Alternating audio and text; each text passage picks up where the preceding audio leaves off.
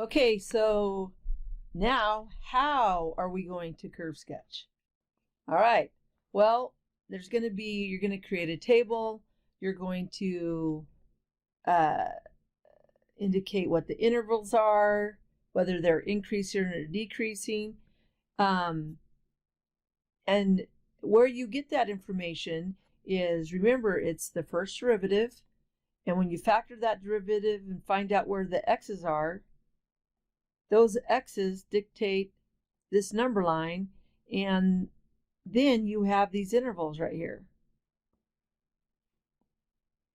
All right, and then when we go to concavity, that's the second derivative, and you do a number line again, and then that creates intervals of concavity. So let's just get right to doing an example.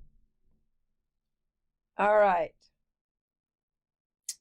So for this first example, we have a cubic function. Y is equal to 2x cubed minus 2x squared minus 2x. So the first thing you're going to do is find the derivative of that function. Well, what is the derivative of that function? 6x squared minus 4x minus 2, which is what I have down here. And then what you're going to do is set that derivative equal to 0. Remember, all of this is based on finding mins and maxes, and that will help us to decide where things are increasing and decreasing. So we're going to factor out what they have in common first, which is a 2, which leaves 3x squared, subtract 2x, subtract 1.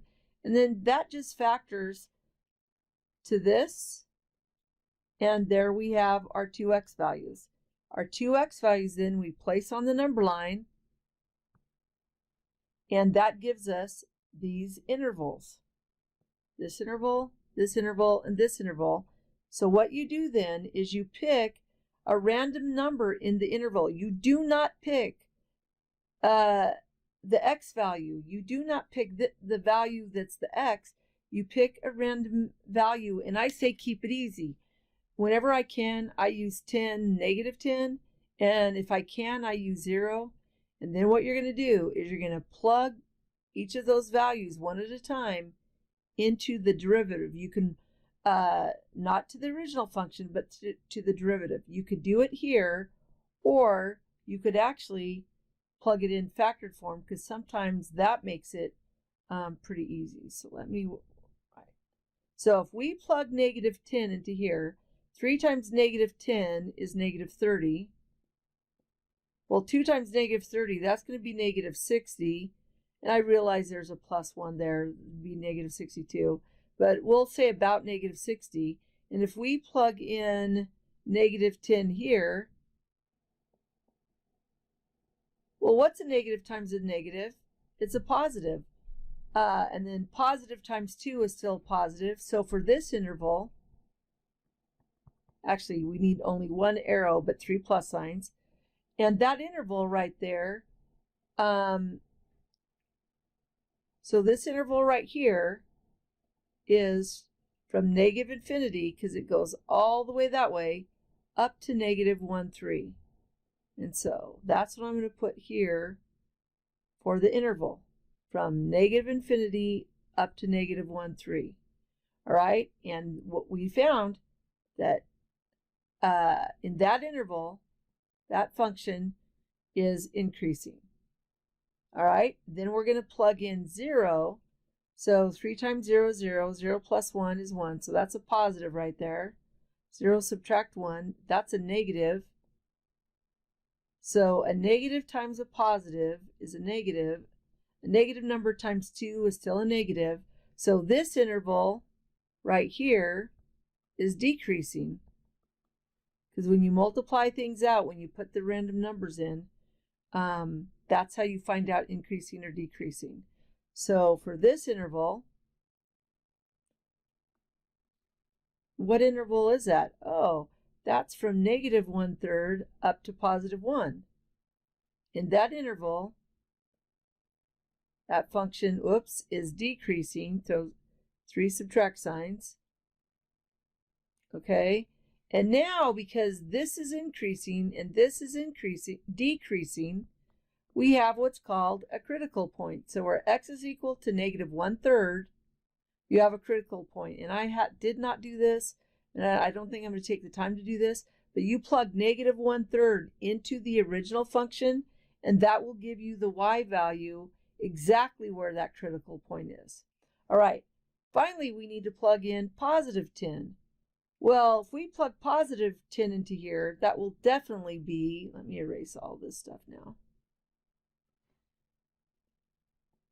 If we plug a +10 into here, that would be 30 plus 1. Well, that's a positive number.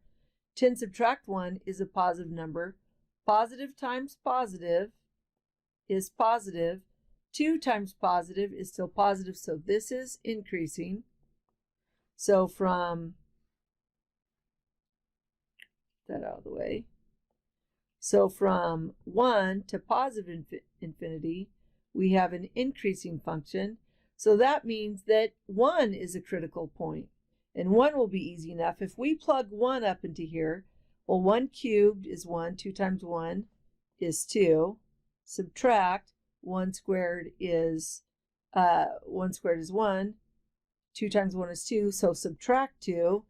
And then subtract 2 times 1 is 2. So 2 subtract 2, positive 2 subtract 2 cancels, and that leaves -2. So at 1, -2, there will be a point. I really should have put in -1/3. So at -1/3, right about up here someplace, there's going to be a point. And then we can go ahead and graph this.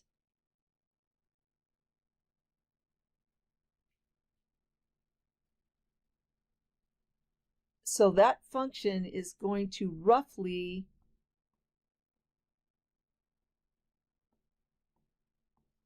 look something like that.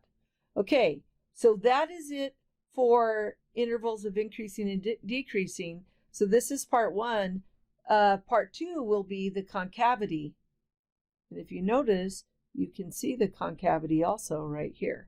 All right, that's it for this one.